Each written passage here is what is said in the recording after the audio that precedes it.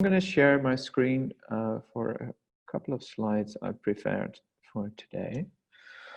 Let me try and get organized. So the topic for today's session will be building tech based on public values, as Kelly kindly introduced already. And this results from work that we did at Waag around what we call the roadmap for the digital future. And I'll be explaining a bit more about that in a minute. But first, I want to explain a little bit about the building I'm in and where I'm calling you from, more or less. I decided to sit in our main venue in the Waag itself. So the building that you see on this photo is the building I'm in at the moment, and I can actually put my camera up a little bit so you can see the kind of decorations that are in here. It's like a big sort of 17th century building where it used to be like a gate to the city, and then it turned into a weighing building where people would come and sort of have official measurement about the goods and stuff that we're trying to sell. And it's like in the heart of the city. And I think it's a nice sort of metaphor for the kind of organization that we are as well. As Waag, we try and be sort of in the heart of society. And from that, try and change and make sure that technology is developed with society, not just in mind, but actually with and for society. So we've been around for about 25 years, and we've been developing lots of different projects that relate to this. So some of our principles are open, fair, and inclusive, and we try and make sure that we live by those sort of core principles in our work. And we don't just sort of are involved in sort of civic tech projects, but we also have a Fab Lab where we do a lot of making initiatives, and we have labs that relate to learning and doing, and all just with this sort of understanding of the way in which technology is deployed in society today is actually not done in the way in which we think it should be. We think there is a different approach needed, and especially over the last 5 to 10 years, things only got worse in a sense. That the dependency on American technology companies in the Netherlands and in Europe has increased a lot. And these companies don't always operate with us as citizens as their sort of primary sort of focus of, or even customer. We're all familiar now with these questions about sort of, are we really the customer, or are we the product? And when you zoom out from all of this, as we tried to do in a small project that we did earlier in this year, we were trying to come up with a suiting metaphor for how we should sort of think about this idea of technology in society. And we tried to come up with an approach which is in line with some of the previous work that we did, which we called the public stack. And I'll take you through it in a minute. And it starts from this understanding that technology sometimes may appear like a giant iceberg. It's like you as a citizen are in your little boat, and you only see the tip of it. You only see the sort of what's rising above the water level. But in practice, there's a lot of stuff underneath when you consider technology. And we try to make that clear, both what are all these things that are relevant and relate and are part of the technology that we use day to day and that we develop in our own projects.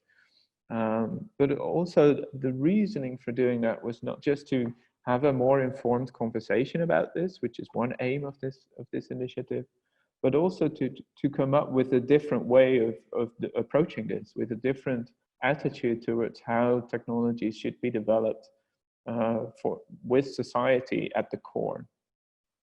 So these are the two main aims of this initiative. And we developed this for the Dutch Parliament, who are, at the moment, the Dutch Parliament is really looking at their own role and realizing that the digitalization of society is sort of ever increasing in a way, and keeps sort of encroaching on lots of more traditional areas of society. And the Parliament sort of instated a committee, a temporary committee that had to look at the role of the Parliament within this changing landscape. And they asked us at Waag to look at this and develop some sort of roadmap that could help them understand what a digital future should look like. So we helped them sort of with this. And that's what the result of this roadmap for the digital future that I'm presenting today. And this top of this iceberg, to return to that, is what we call the citizen's perspective. You only see what's sticking out above the water level. And this is like the way in which technology is around us every day. So I've got my phone here next to me.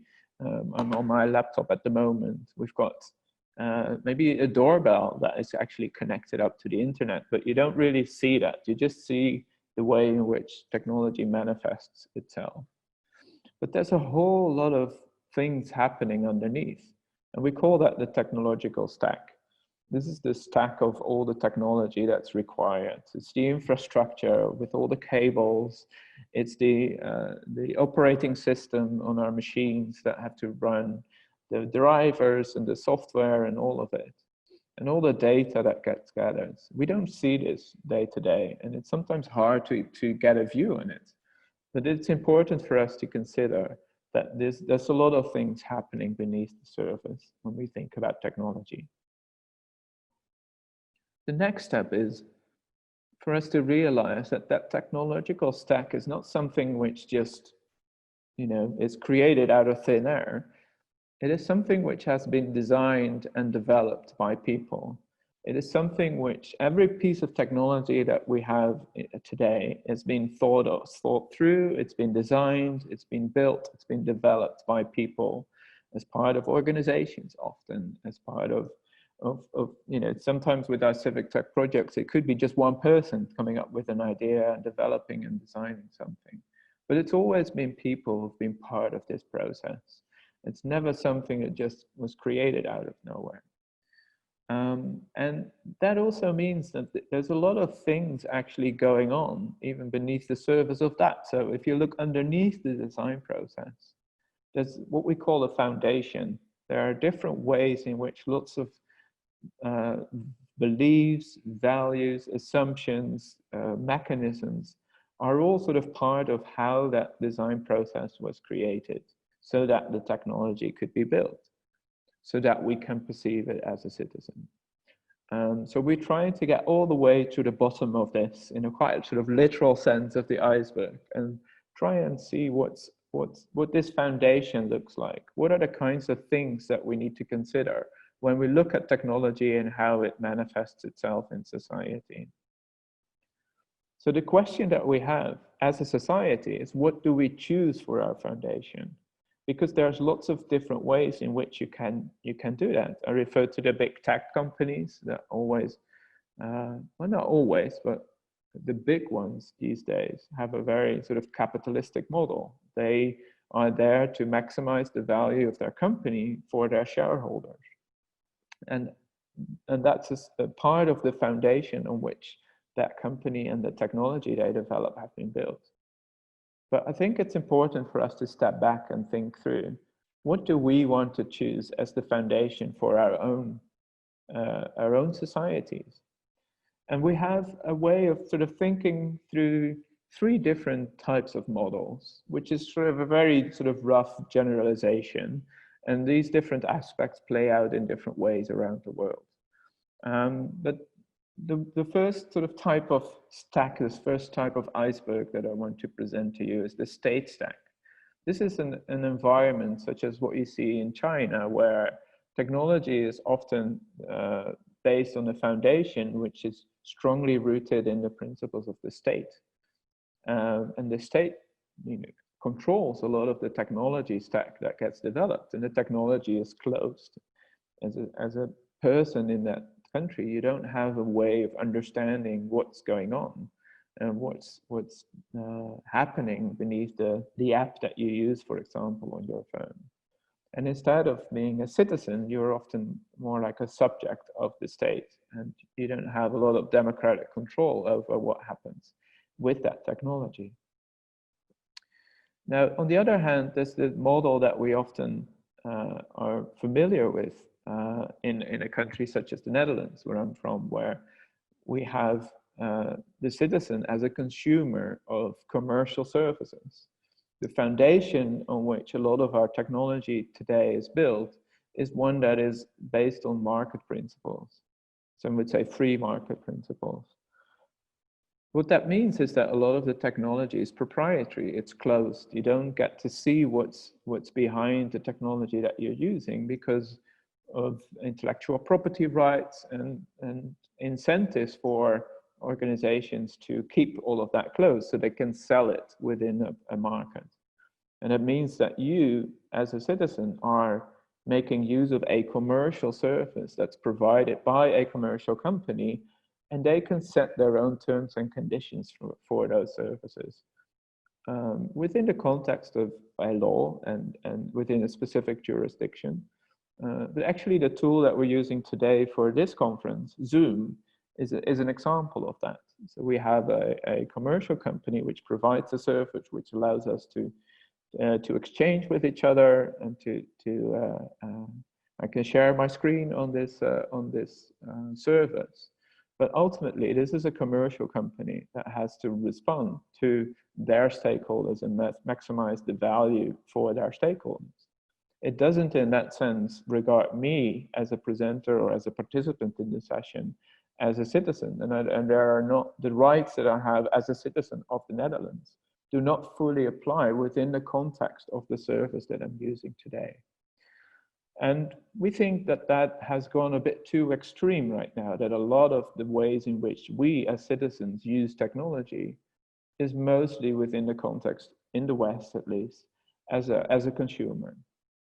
And we think there's a different way. We think there's a way in which we as citizens should be able to exercise our democratic rights within the context of how technology is deployed. And when we go all the way down to the foundation of the technology, we think there's a different foundation possible. And that's the core of my talk today that I want to share with you and that I'd like to discuss with you after the presentation.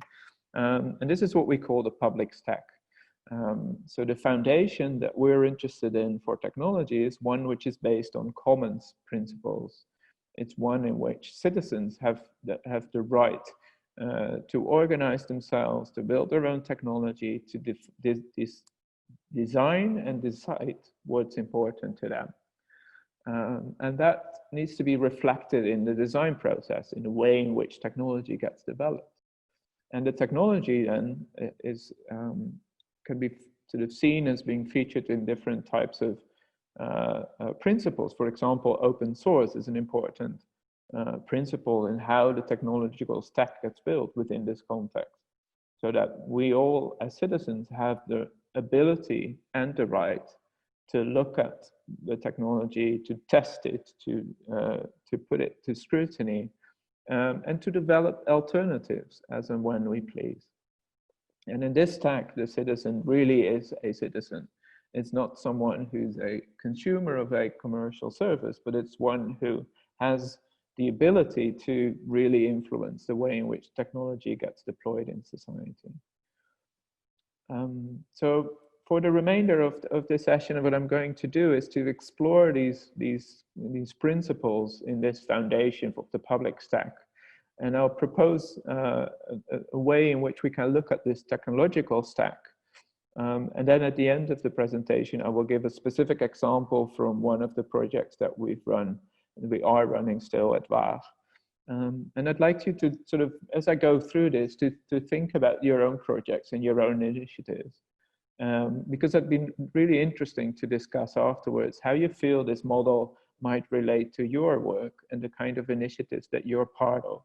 Do you feel that you're in a public stack type environment, or do you feel like some of these other mechanisms of the state or the commercial private stack are more influencing the way in which you're involved in technological projects?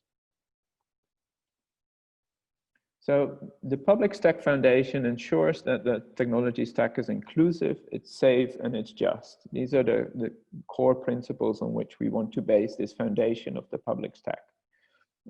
We really look at the kind of values that we have in the Netherlands, but also on a European level, because I think in Europe there's a lot of commonality in how we think about the type of values and the legal structures that we have in particular the European Union.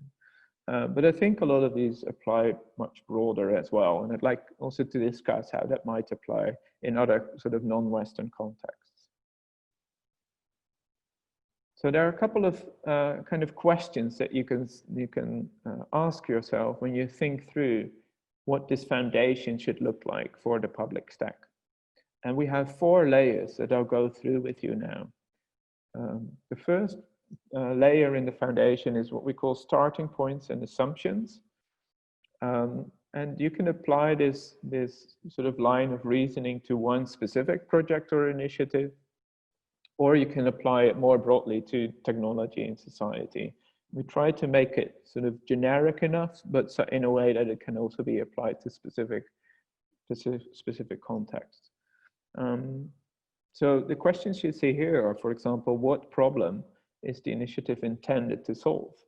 When will the problem be solved, and who defines its success?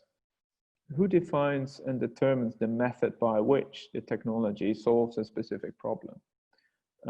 And one of the things that is really crucial for us in this sort of starting points and assumption session is that in this section we look at who's involved, who are the ones around the table that decide what happens. For example, when you build a video conferencing tool, you can start with a small startup, and a small startup, I don't know, Zoom, I imagine, started as a small startup at one point and said, we want to revolutionize video conferencing. And they might be sort of thinking through what is the success of Zoom. It might be a big successful company. I don't know exactly what their motivations were. But there are different ways in which you can set out to solve this problem of video conferencing. And for us at Waag, for example, we use Jitsi, which is an open source video conferencing tool. You can imagine that the people that started Jitsi as an open source software tool, again, I did not do the research on the specifics of their motivations, but you can imagine that when we start an open source project, a collaborative initiative which is shared by everyone, there are different ways of getting people involved in the initiative and helping solve the problem, as well as the mechanics by which you do that. And one of the things that we consider when we think about how the societal perspective on technology is that we want to make sure that all the stakeholders who have something to say about or are affected by the technology should be involved in the process. And it should be made clear what we're optimizing for. So everyone, it's about motivations as well. We need to understand what the motivations are of people to be involved in the technology. So this is the first layer in the foundation. The second one looks at the legal and value-based context. So each initiative in a society is always operating within a jurisdiction, within the boundaries of the law in some country. And there are specific laws and human rights associated with this, as well as what we call values and public values. So when we consider a specific initiative, we think through, how does this initiative safeguard our fundamental rights? How is society represented through this? Going back to this previous point about starting points and assumptions, we want to make sure that there's a societal representation in these initiatives. And how does shared public values resonate in it? So some of the things that we have enshrined in human rights law, for example, are not always clear. It's not always clear of those rights and values in how they translate into a technological initiative. And I think this is still one of the areas in which there's a lot of work needed, because our legal context always runs behind in terms of, if you compare that to the technological developments. The developments run so quickly that, and have such an impact on society, that the law always needs to play catch up with the initiatives themselves. So this is partly why we're not just talking about the law and about the human rights and how they are respected, but we also talk about values, talk about what is important to people. And this is also a way for us to think through what is the way in which we want, as a society, with all the different stakeholders, to ensure that the technology, the technological initiative is actually respecting those. And these are the kinds of questions that you can ask, as again, for one specific initiative or for a broader sort of frame of digitalization in society. How do we ensure that public values resonate and are respected? I think there's one example that might be helpful to mention here, because often what we see is that as we walk in, if we run through our specific projects, there is always this sort of thinking through of how we think about transparency, accountability. How do we put citizens at the core of our initiative? How do we ensure that citizens are actually in control of their own data? And we have in Europe, for example, GDPR, which is a nice step forward in the legal context, but still lags behind in some of the things that are needed to really put citizens at the core. So when we think of the sovereignty of citizens as like a core public value that we want to respect in the initiative, it actually means that when you design a process by which you develop technology, that you need to make sure that these citizens are actually represented in the process. And that's what we'll come back to later when we talk about the design process, which is where all of these questions and the answers to these questions will be sort of reflected in the process. The third layer in the foundation of our public stack talks about governance and supervision.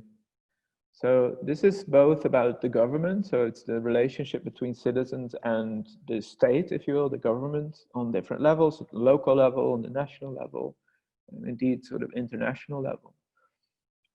And supervision also, but it also talks about governance in a different context. So it's not just a relationship between government and citizens, but it's also about how do we govern the initiative? What is the process by which we develop the technology, for example, or how do we make decisions about the design? Do people have a way to be involved in this, or is this something which is just respected and designed by one initiative or by one group of people? Or is there a way in which people actually can be part of this? Is there more like a cooperative structure, for example? I refer to the commons as one example of how these things can be governed. When I talk through and juxtapose the public stack next to the state stack and the private stack, the commons-based principles really mean that everyone who has a stake in an initiative is involved, and the governance of the initiative should reflect that. The final question that you see in this little red box is the supervision. And this also relates more to the context of the government with respect to the initiative. So there always needs to be a way for governments to ensure citizens' rights in how the initiative plays out in society.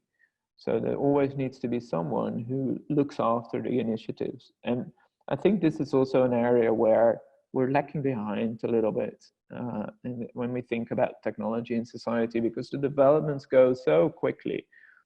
There's no sort of standards of respecting of rights and the kind of things that we talked about, like fairness, just and sort of safe technology. We get stories in the news often about a leak somewhere of private information, or the fact that your doorbell that you have purchased from Amazon is actually making connections with strange servers that you have never heard of, who might have access to the camera in your doorbell. In some other areas, more traditional areas, there are safety laws in place which actually prevent these kinds of things from happening. When you buy food in the supermarket, you know that that food is safe to be eaten. When you buy a toy, for example, it has been tested so that it doesn't pose any danger for your child. But in the area of technology, we're not there yet, and we need a lot more work in order to get there. And this is also where supervision comes in. So what are the rights, and sort of what are the ways in which you can guarantee those rights when we think through technology? The final aspect, and you can see that these are quite broad areas, and this one is maybe even the broadest, the fourth layer in the foundation of our public stack. It's what we call the socioeconomic considerations, because when technology gets developed, and it refers a bit back to the questions about assumptions, there is a model in place. It can go back to the Zoom example, where a commercial company might want to generate a profit over the investment that they make into a software tool.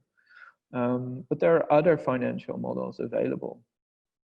There's also the question about, again, the context of the government and the society at large. How do we ensure that when the government invests in the development of technology, that not just the risks of that investment are being carried by the government and by proxy by society, but if something becomes successful, that is also shared with society. And this is sort of referring to the work of Matsukato, who's been doing a lot of interesting research on this. And also says that it's important when we think about the development of technology that the governments of our countries have invested a lot in those. But often the results of that research get privatized and sort of taken up by private companies, rather than thinking about more holistic model where also the rewards and the results of that investment is sort of fed back into society. There are two more aspects of this, which I want to share with you. So the first is the environmental impact. It's sort of thinking about the natural resources that are part of what we do in technology.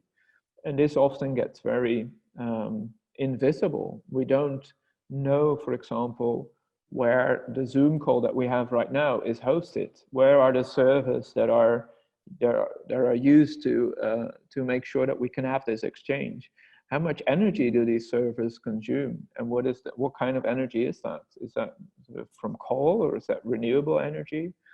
And this is even more important when we consider developments like artificial intelligence. A lot of sort of training of algorithms requires a lot of resources, but these are often not accounted for when we think about the role of AI in society. So it's important to paint a more holistic picture and get more insights into actually what is going on with all this technology. And then there's a human aspect in that as well. It's about working with people. It's the people that have been paid, for example, to build the smartphone that we use. What is are they being fairly remunerated for the work that they do?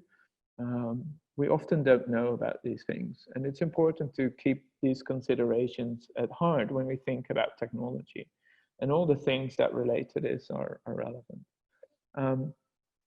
Final point on this is that I think I wanted to mention the work of Kate Raworth, who is an economist who developed the donut economy model, which really looks at the limits of the planet, because often these models mean in practice right now that we overshoot on the balance of what we have available in terms of the planetary resources. And we don't want to just, we want to make sure that we account for that, and that we try and remain within the boundaries of what the planet is able to sustain. And we also need to have that conversation when we think about technology. And often we don't have that conversation. So it's an important part of this foundational layer that we think through what the impact is of on the planet of the kind of technology that we develop. So let me pause here for a second. So we've gone through the 4 layers of the foundation, and in this slide you can see the summary of these sort of 4 layers, and what we think would be needed in terms of doing this from a public stack perspective. So all stakeholders are involved that are affected by the technology, and it's clear to what end we are optimizing the technology. human rights are guaranteed and the public values are respected as part of that second sort of tier in the foundation. Society as a whole keeps a grip on digitalization, so we need to make sure that governance models and mechanisms that are set up are actually within, within the ways in which everyone can be part of that. And finally, the financial economic model takes man and planet. It shouldn't say man. I don't know why it says man. It's women as much as man. So it should take people and planet into account. And these four areas are the foundational layers that help define how technology gets defined. And the reflection of these foundational models is in the design process. Maybe I'll pause here for a second because I realize I'm talking a lot, and there may already be questions about some of which I just said, or some reflections on how that relate to your own work. So let me pause here for a second, and I don't know if there are any specific questions on what I've said so far, or more of a discussion that we could have here.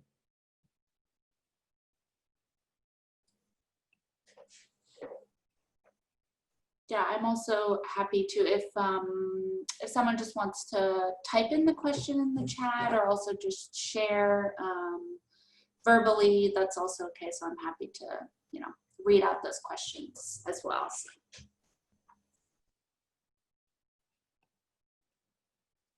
And if there are no questions, I'm happy to continue. But I realize there's a lot of information in these slides. So I wanted to give people a moment to think through and sort of, these different layers in the foundation. How does that relate to your own work? Does it resonate with you? Do you think it's worthwhile to consider these types of elements in your own projects?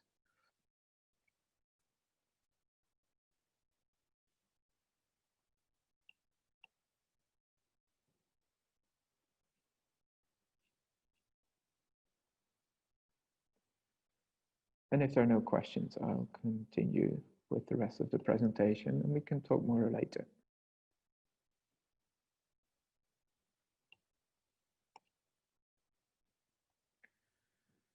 All right, so I'll continue. So just to recap, we had the four layers in the foundation, and with those, the summary of these four layers of the public stack, we develop our design process. So the design process and development processes are part of this as well. We actually decide how do we use these elements in the foundation to make technology, to design it, to develop it, to deploy it, all different parts of that life cycle actually. We summarize it as design process, but it's more than just design. And I wanted to give an example of some of the methodologies that you could think about when you consider these. And these are some of the methodologies that we at Waag have helped develop or apply within our own domains and projects. So the first one is co-creation. So these are methodologies that really ensure that in the creative process, it's not just a small number of people that work together, but it's a wide range of stakeholders that are all part of the design process. So the co-creation methodology helps ensure that everyone who needs to be involved in the project actually has a way of being involved. The second one is commoning. So commoning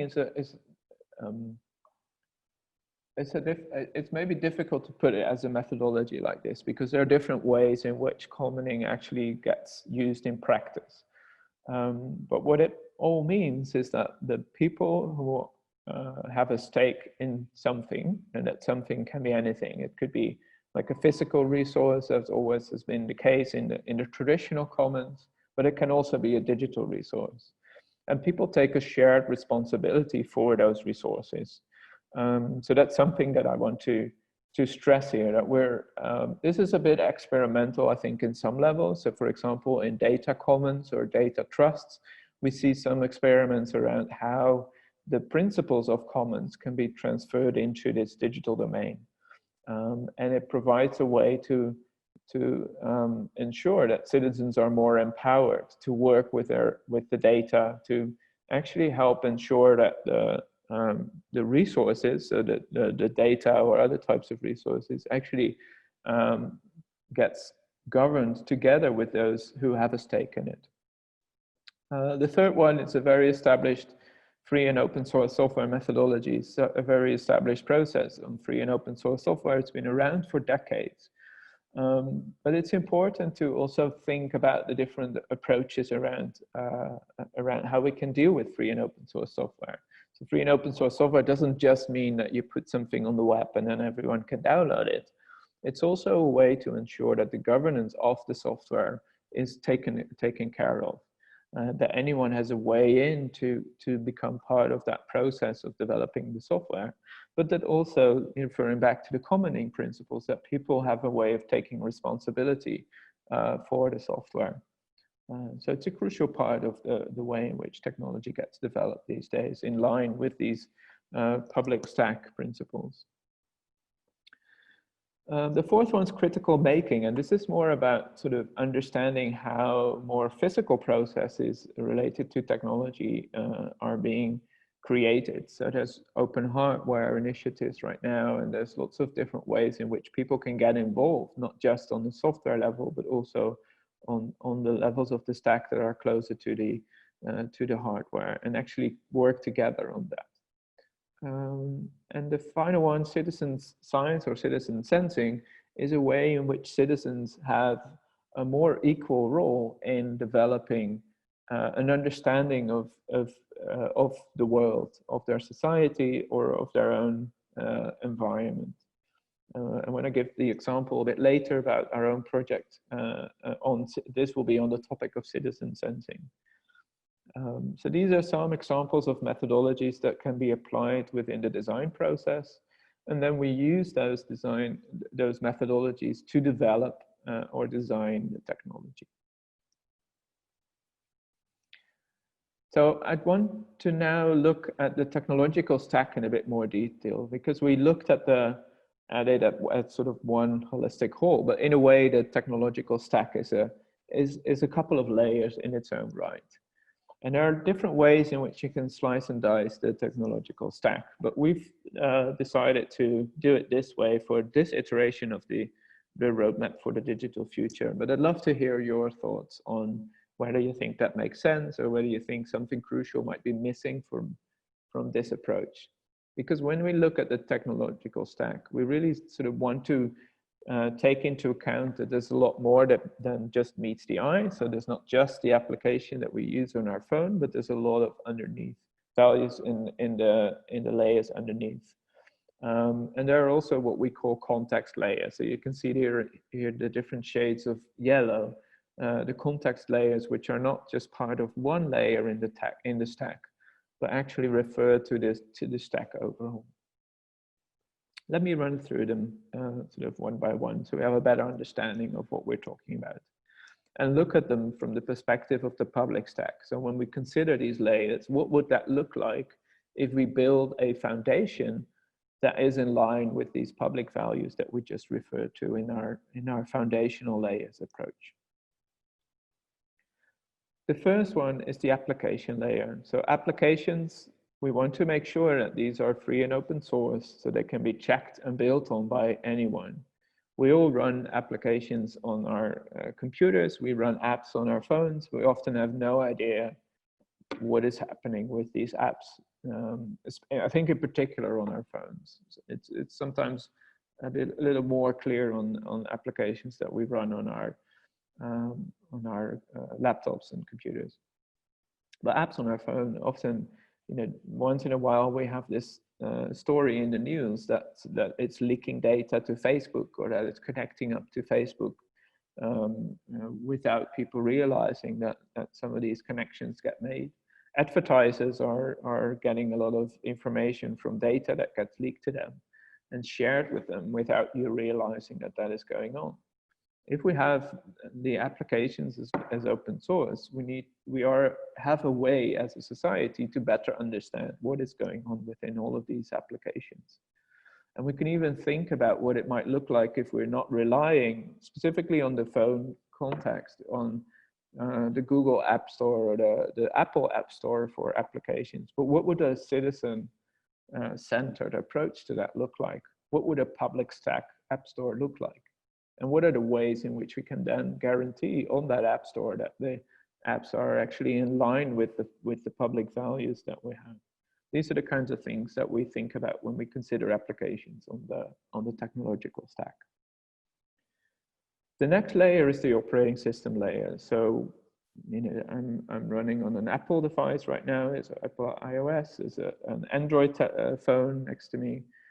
These operating systems are often proprietary, although Android is actually not proprietary, but is open source, but comes coupled with a lot of libraries that actually encourage you very strongly to make use of Google services. So it's an interesting example of how there are sort of mix and match models sometimes with free and open source approaches. One thing that we're really sort of focused on in this statement that you see here on the left, people should be able to control and adapt the operating systems on their device. This statement really refers to how the operating system of a device relates to the hardware on which it's built.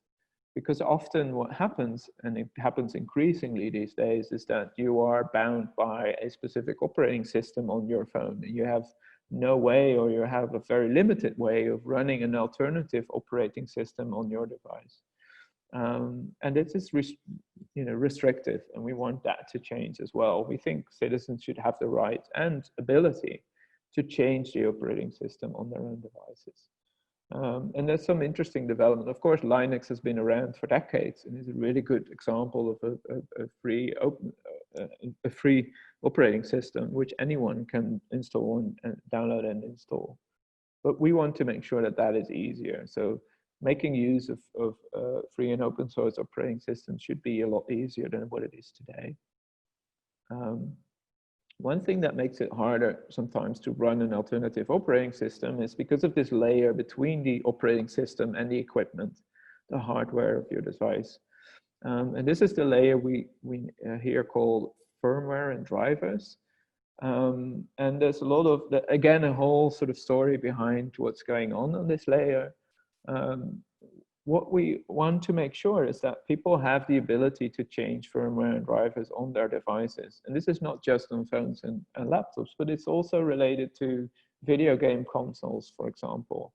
It's also related to the kind of IoT devices, the Internet of Things devices that we have increasingly in our own homes. These things are often more difficult to open up and to change and adapt.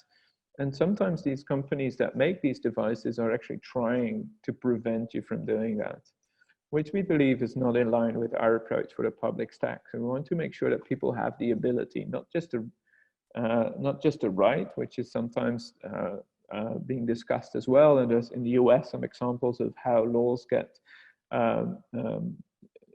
used or abused, I would say, to prevent you from changing embedded software on your devices. There's some interesting examples from the agriculture where sort of the tractors that John Deere develops, for example, they're trying to control the data and the systems that run on those tractors, and not giving you as a farmer the ability to update and change and develop that how you see fit. So this is also part of how technology is manifested in society. Finally, equipment, not finally, the next layer is the equipment layer. So this is the way in which the hardware gets built. It's the hardware itself and how it gets built. And this refers specifically to this fourth layer in the foundation that I mentioned. It's about how do we ensure that we know what is in the devices that we buy. How do we know that there is no conflict minerals, for example, in our phones? How do we know that the way in which this is constructed has not involved any child labor or something like that? So again, transparency and openness is an important principle on this layer as well. And then the final layer, the infrastructural layer. These are all the things that are needed for our devices to work. So for example, I'm sitting here in this room, I'm connecting through Wi-Fi, and there's a box somewhere, and there's a that's picking up my signal and ensuring that that gets transferred. And there are cables underneath the bottom of the ocean, or on the bottom of the ocean rather. They're GPS satellites that ensure that my phone can figure out where it is exactly. There's lots of infrastructure which is invisible rather, and we don't know often what's going on there. And this is something that we need to change as well. So there needs to be a lot more sort of transparency about where everything's going, what's happening, where are servers running, for example. Are the servers for Zoom, are they now in China? Are they not in China? Who has access to those servers? We need to understand a lot more about this infrastructure, and to make sure that we can ensure that it's built on public values. I think an interesting element to this as well is this concept of AI that I mentioned. So the training that's needed in order to facilitate the running of these algorithms that we use. For example, when you use a digital assistant and you ask it to play a song, it will go to some server somewhere and it will come back and it will play a song for you. But there's lots of infrastructure, hidden infrastructure that's needed to do that. So in order to ensure that that infrastructure is based on public values, we need to understand a lot better what is actually going on. Okay, let me now go and sort of move to the contextual layers. So the contextual layer is data and algorithms. Data runs through all of these different layers. As I said, sort of with the Zoom example, the data runs from the application on my device all the way through the infrastructure and then to your own device. So you may be accessing it from your own laptop or from your phone. And this data runs through all of these different layers. It's important to better understand what this data is and what exactly is going over the line. And often we don't know that right now. But when something is relevant to you, you need to be able to sort of understand it. It's a democratic principle that we think should apply here as well. And the same is true for algorithms. And I think this is really something where there's a lot of work needed on algorithms, because algorithms get trained with lots of different data. And sometimes your personal data may be in there. And the law often, in Europe at least, is focused on your individual right as a citizen to understand what data is gathered about you. But what we're increasingly seeing is that that's not enough. It's not enough to prevent harm. It's not enough to have control over what's going on. And some of this data is actually, the value of that data is not in the fact that it's you as an individual giving that data, but it's the fact that it's a group of people that have a shared control and have shared their data collectively, and the fact that you can make inferences on that collective that is relevant. So people should have control over the data and algorithms that concern them, not just on an individual level, but on a group level as well. And we can talk more about that in the discussion. Protocol and standards are the next layer, which is a way in which almost like the glue between these different layers is made out of standards, because we know how one thing can talk to another and have that done in a standardized way. We have a way of having our conversation. However, some of these standards are proprietary, and some of the protocols as well.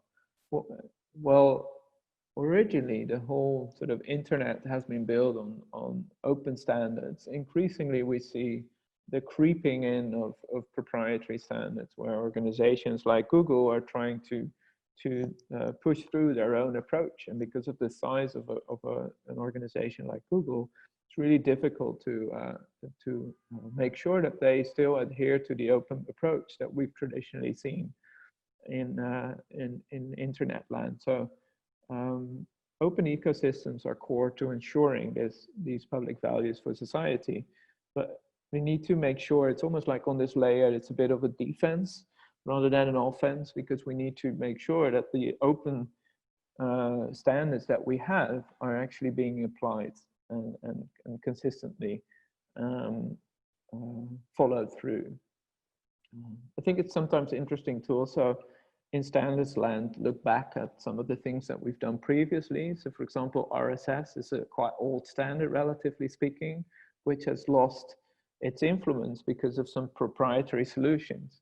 But when we consider the kind of approach that that is in our societal interest, maybe we need to go back to some of these standards that we had in the past that were more open and sort of that were from before this walled garden approach, and think about how some of these might actually have relevance within the public context of the public stack that we're explaining here.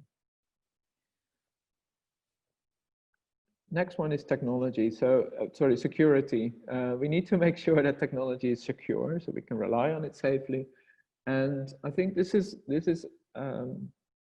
a crucial element that often gets overlooked. And I think I'll admit, actually, the first version that we had on this didn't have security in it, and we put this to some sort of friendly experts for advice, and they actually said the security is missing. And we added it as a contextual layer because security really is something which needs to be ingrained in all of these different approaches. As we are still working and also favoring in our public stack that we work in an interconnected world, there is the risk of bad actors that are trying to abuse the systems and developments that we have. And we think it's crucial that we have an open approach and that we have security approaches which are transparent. So we want to make sure there's no sort of security by obscurity principle, if you're familiar with that term, but that we have the benefit of having an open approach, meaning in practice that a lot of security experts can look at what's going on. And that ensures that what we develop actually has a way of being scrutinized by a broader group of experts. But it's important to not lose sight of these considerations because there are adverse actors on different levels that we need to take into account. Finally, we're sort of looking at the service level. What we mean by service here is a service that you use as a citizen. It's almost like the black box that you have when you are using, I don't know, Spotify, for example. To play a song, you might have a subscription on Spotify, and you pay them a monthly fee and you have access to a library. You can play a song. And we can go back to our example of the assistant, the smart assistant in my home, and I can ask the assistant to play a song from I don't know, Michael Jackson, whatever. And it will play a song from Spotify.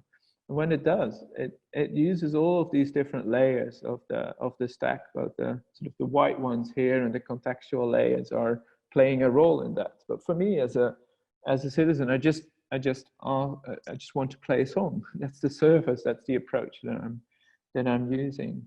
And what we hope through this approach is to actually make clear that there's a lot going on underneath. That when we think about how technology could be better and could be used for the betterment of society, that we want to take all of these into account. So, sort of coming back up from our technological stack, we're back into the citizen perspective. And we just want to add here that we can only get a grip on digitalization if we see the design and the development of these technological stacks as a collective responsibility. We all should be part of this process. And we think that this is an example model that we propose that will help us understand how we can better design and develop technology with society, not just in mind, but with and for society. So I've got run you through a quick example of how we have a project where we try and road test the approach that I mentioned here, and then we can have further discussion. And this is an example from the Smart Citizens Lab. So let me sort of transition a little bit here. One of our colleagues runs what we call the Smart Citizens Lab, where we help and work with people to help them measure their own environment on different levels. So we measure the quality in the air, the noise that was running through the city, the quality of the water. And we use different sensors, open sensors as much as possible, to measure those levels on the individual level and then collectively as a group of citizens. And specifically, oh, let me go back up. So specifically on air quality, we have a project which is called Hollandse Luchten, which is Dutch for Dutch skies. And it's a citizens platform to measure air quality in the province of North Holland. So this is Amsterdam's part of that, and sort of north and northwest of Amsterdam is where we have deployed 200 sensors with citizens who can measure the air quality in their own homes. And this is the kit that we have developed. And citizens can actually construct these kits themselves from these different parts, so that they know what's inside this and help them sort of understand how this process actually works to measure your air quality.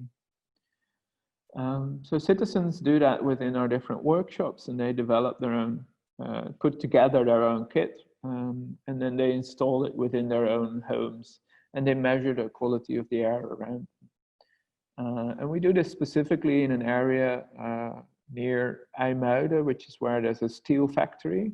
And this steel factory has a lot of air pollution, and there's been a lot of complaints about air pollution.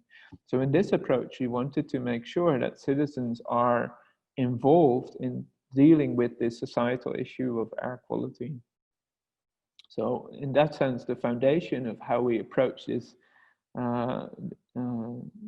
this specific problem was to try and make sure that we work with citizens in the different stages of the project.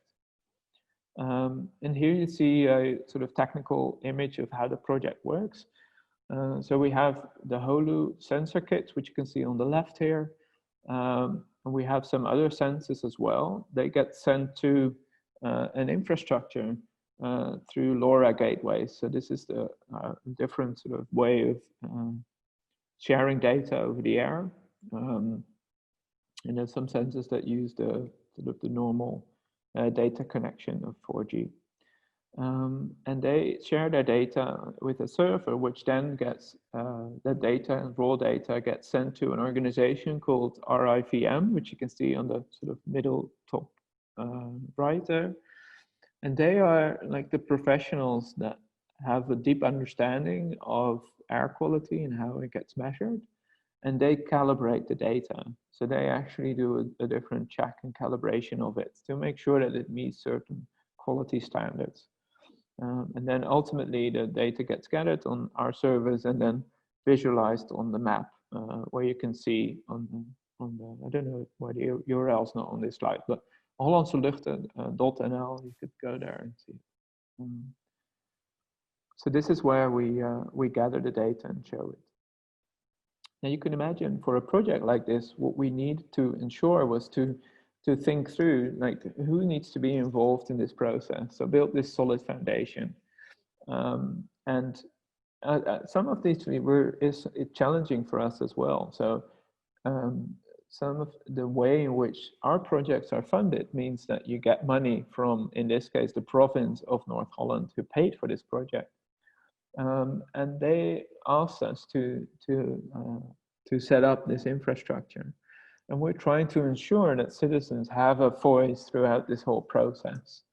But some of these things can be quite tricky in practice. So for example, what we're trying to do is to make sure that the people who measure the data on around their own home actually are involved in the whole process of making sure that the governance model for the data actually gives them the power to decide who gets to see the data or not. So we're trialing the data commons approach within this project.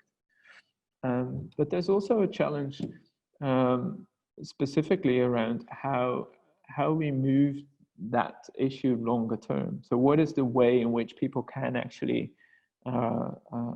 both have a meaningful say over the data that gets shared, but on the other hand, also have the buy-in from the experts. So as I mentioned, our IVM are the experts on data quality. Citizens don't have the expert knowledge on whether the quality level is right or not. And we need the experts to work with us on as well. But the interesting thing on this approach is that we're building a shared understanding of what the level of air quality is within the specific region. And that can help have a much more meaningful debate with the government as well, to make sure that this is actually moving into the right direction, that the levels of air quality go up rather than go down, and make sure that everyone who's involved in this can have a say over what happens with the data. So let me sort of move to wrap up here. There's been a lot of talking. For the Q&A, I was curious for some of the people here who are listening.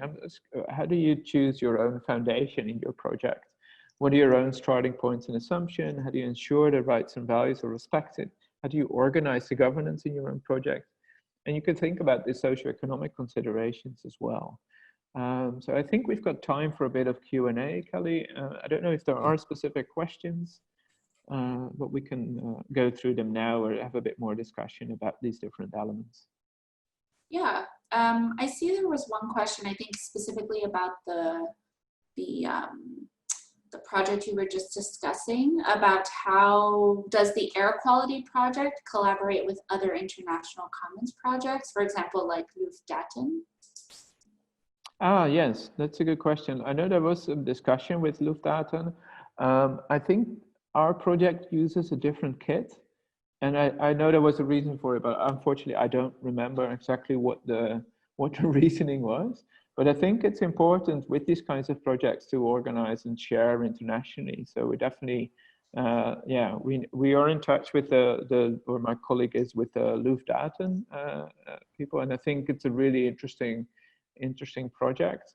I think the main challenge that we have around this, and I'd love to hear other people's sort of views on this who've experienced with air quality monitoring, is first of all to get a better understanding of the quality level. So some of these open sensors don't have the high quality that we sometimes seek. And on a different level, there's also this question of calibration. To what extent do you need experts to look at that data, and how do you actually make sure that the data that you gather is sufficient to have an informed public debate? We feel that in our project sometimes the data gets rejected because it's seen as just a hobby project by citizens and not taken seriously. So one of the challenges that we think is really crucial here is to make sure that citizens have a seat at the table and not being discarded because the quality of their data is not regarded as good enough. So these are some of the things that we could talk a bit more about, because I think these are issues that run in some of these other projects as well.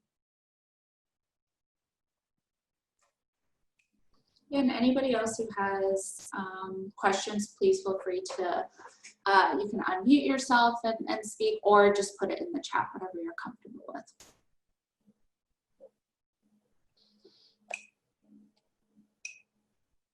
And maybe I have a few questions that I've written down, actually, if no one wants to go before me. But it's actually kind of in relation to what you had just shared about kind of the response to the project and how others kind of saw the data of the project as kind of like a hobby project and not necessarily something to be considered taken seriously.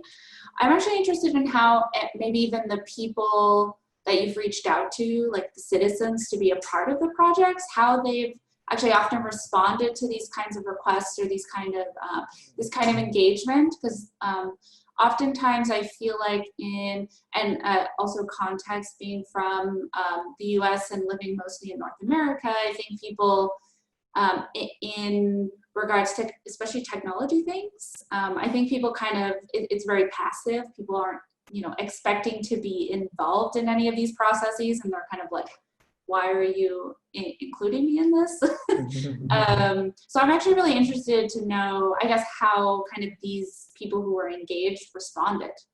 Yeah, it's a really good question because we have some of this in the Netherlands as well.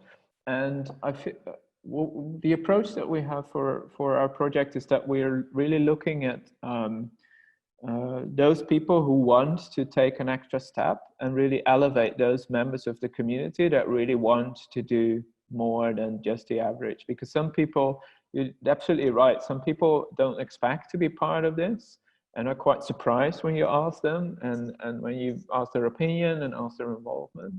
And some take more proactive action than others. But what we think is really important is that those in the community that want to be more proactive, that they can take on that role. So we have these sort of community champions, you can call them, who really help elevate sort of the level of discussion, and also can be like a bridge between us as the project maintainers, if you will, and those who are in the community themselves. Because some of your neighbors you might actually trust more than people from a different project. And it also ensures that our approach is inclusive, that we ensure that these people are not just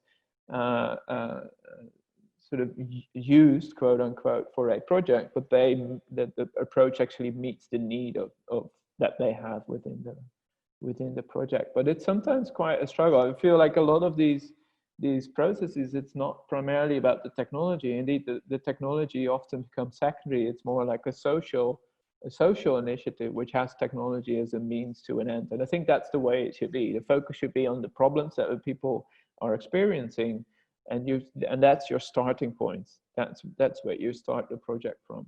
And everything that you do in the project should help address that problem for them and with them, not just sort of say, here's something and you go away and do your own thing. Try and make sure that they're included in this. But it's definitely a process which we're still learning from as well. And I'd love to hear other people's experiences in these types of initiatives as well. Yeah.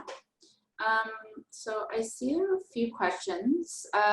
What are the governments you have observed kind of react, adopt, or embrace this paradigm more readily? And does it work best in your experience with federal or kind of regional level of government? That's great questions, yes. We feel in the Netherlands there's a lot of anxiety about dependency on big tech. So we feel like it's specifically in public sector organizations, governments, and sectors like care, healthcare, and education, organizations that have to fulfill this public mission are increasingly wary of the kind of dependency that they have on Google, on using Facebook, WhatsApp to communicate with citizens. They're really eager for a different approach. And those people who are already wary about this, they really like the kind of thing that we're proposing here, and they want to be part of developing this alternative approach. But there's a lot of work needed, and we try and seek out these sort of people from these organizations that already are sort of looking for alternative approach, and work with them on building this model out further. In terms of national versus regional, I think there are different dynamics and different roles for local government versus national government. So here in Amsterdam, we have a really good working relationship with the city of Amsterdam, who are really quite sort of progressive in their approach. They want to ensure that the way in which they use technology is inclusive, that people are digital savvy enough to be part of that process. And that really is a good way of doing it, because we're really trying for the success of the kind of initiatives that we're part of to also make sure that the governments have a role in this. We don't want to just put something outside of government, but think about ways in which this can be embodied and sort of embedded within societies. I think on the national level, it's sometimes harder. And what we see there in the Netherlands is that there are different ministries with different priorities. And I think the topic of AI is a good one, because AI really has a potential to be quite disruptive and have a disruptive role in society. So our Ministry of Interior Affairs, who's looking after citizen rights and ensuring that those are guarded and public values are embedded, they really think about these kinds of approaches. Also for AI, for example. But then there's a different Ministry of Economic Affairs who's really looking at how can we create benefits for our businesses? How can we invest in technology for AI to make sure that we create businesses in the Netherlands which are successful? And in their approach, they hardly include a societal perspective other than try and address the level of acceptance of AI rather than society having a meaningful seat at the table. So we see that the role of different ministries is different. And I think this is also just the developing role of technology within government in general. So as digitalization is sort of creeping into all levels of our society, we need a different approach on how to think about these kinds of things. So this is definitely still a process. Yeah, it's great. So we have, sorry, I forgot to turn off my notifications. Oh my gosh, I don't know why it's doing that, sorry. So we have another question on, do you have some good or best practices to engage citizens in co-creation processes? So for example, how do you find people to test your solutions or prototypes? That's a really good question. I think what we're trying to do is to find people as early in the process as possible. So find people that we can develop the prototypes with. And not just at the testing stage. We try and work through our network of partners to help reach out to these people. And depending on the context, we try and engage, for example, teachers or educators. We try and engage the healthcare professionals who in turn will know the people to engage. So depending on the approach, or depending on the sector, I guess, within which we work, we try and find those people who have the networks, because we realize that our network is also just limited to the people that we know and have worked with. And some people are like 2 steps away from us, and helping engage those people to reach out to them, we think is really crucial. For example, here in Amsterdam, we try and reach out to the local community centers to find the citizens that want to engage in these kinds of initiatives, and that can be that can be helpful to not just find the people yourself, but find the persons or organizations who can help you find the people. So that's a good approach in our experience.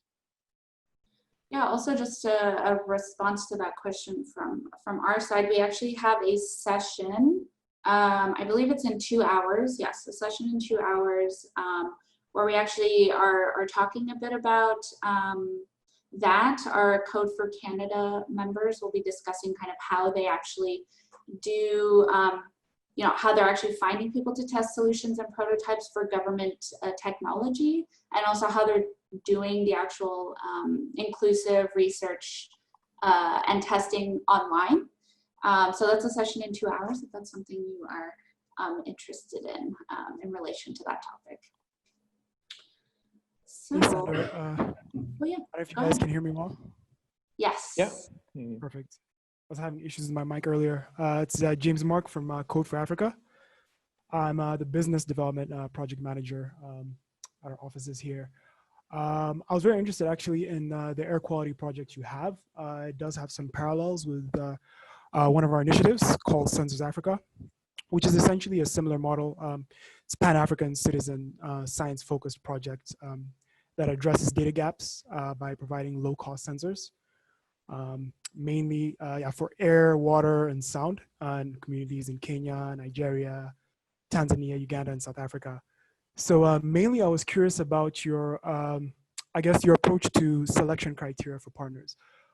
As I guess you may already be pretty familiar with, it can be tricky when you're creating data that's supposed to be openly, I guess, actionable data for citizens to act on, ideally allowing them to influence policy and hold government accountable. But at the same time, identifying the correct stakeholders who will be able to ensure full data completeness. Obviously, you know, there's a level of proficiency that is required to make sure that you get that full data completeness, which can be a challenge when the citizens you're trying to give that voice in communities like here in Africa. That proficiency can be a challenge without having the, I guess, correct people on board to take them through the training, so on and so forth. And then also just doing the correct background research on who you're essentially basically getting in bed with, essentially, to make sure that you're not getting into a situation where you have a stakeholder that either is going to use this for their own benefit, which is a very real reality here with a lot of corruption, and also just situations where, like you said as well, it's similar, I guess, across the world, where it is improving, but air quality is one of those things that people don't really take seriously. One thing I think that people do respond to, obviously, you know, is data. At least, you know, data can speak. So that's why, obviously, just like you, we're taking those steps to push that forward. So I was just curious about your selection criteria, and I guess your best practices on identifying, I guess, key stakeholders in that process. Yeah, thanks for the question, James Mark, and really good to hear about your initiative. I'd love to connect more, actually, after the call. I put up the slide where my email is. If I could bring you in touch with my colleague who's leading on this initiative, and I'd love to compare notes a bit more after this session. For us, the selection criteria are really to really go out into the villages where that we're targeting, and really finding through the community centers and the different sort of local centers. We try and find those people who might have an interest in this. And what we do, and that's like the first wave. So we actually try and find those people who have an interest, and then from that build up the map and see how far we go and where there are gaps. And then we try and work through our community champions to try and fill in these different gaps within the region. So where we don't have completeness yet, we try and find it. That's one way we're doing it. The second way in which we're doing it is we're increasingly trying to work with the expert organization that I mentioned, RIVM, who also have their own sensors. So we try and complement where we have gaps in our coverage to work with that organization who have the, let's say, professional equipment to measure air quality, and have been responsible for measuring that within the Netherlands. And that helped us sort of understand and fill the gaps in where we didn't have that. I think it's really interesting within air quality how we see a shift in that sort of acceptance of data. So a couple of years ago, it was really a bit frowned upon within the expert community that citizens were able to do something meaningful in this. And I think over the years, slowly that view has changed, and it's more accepted that citizens can provide a really meaningful role in this. I think there's still some issues to work out around sort of the durability of the sensors. So they often break down after a couple of years. We've had sensors that were so dirty because of the level of air quality was so low that they would break down after a week or so. So we still have some issues with that sort of level of quality versus level of cost for these sensors that I think we have to work with. But yeah, it's fascinating, and I think the direction is quite positive. So I'd love to learn more about how your work in the different African countries. It sounds very inspiring. Yeah, so unfortunately, I know I see a hand up, but we actually have another session starting in 2 minutes in the same room. So we are going to have to stop our session, but I just want to say thank you so much, Sander. This was really, really interesting and important, I think, topic for us to discuss, and you know, even just things that you said, something, I don't know, certain things that I wasn't even necessarily thinking about or aware that were possible. So you definitely brought a lot of new kind of thoughts and ideas into my brain. So yeah, so thank you so much.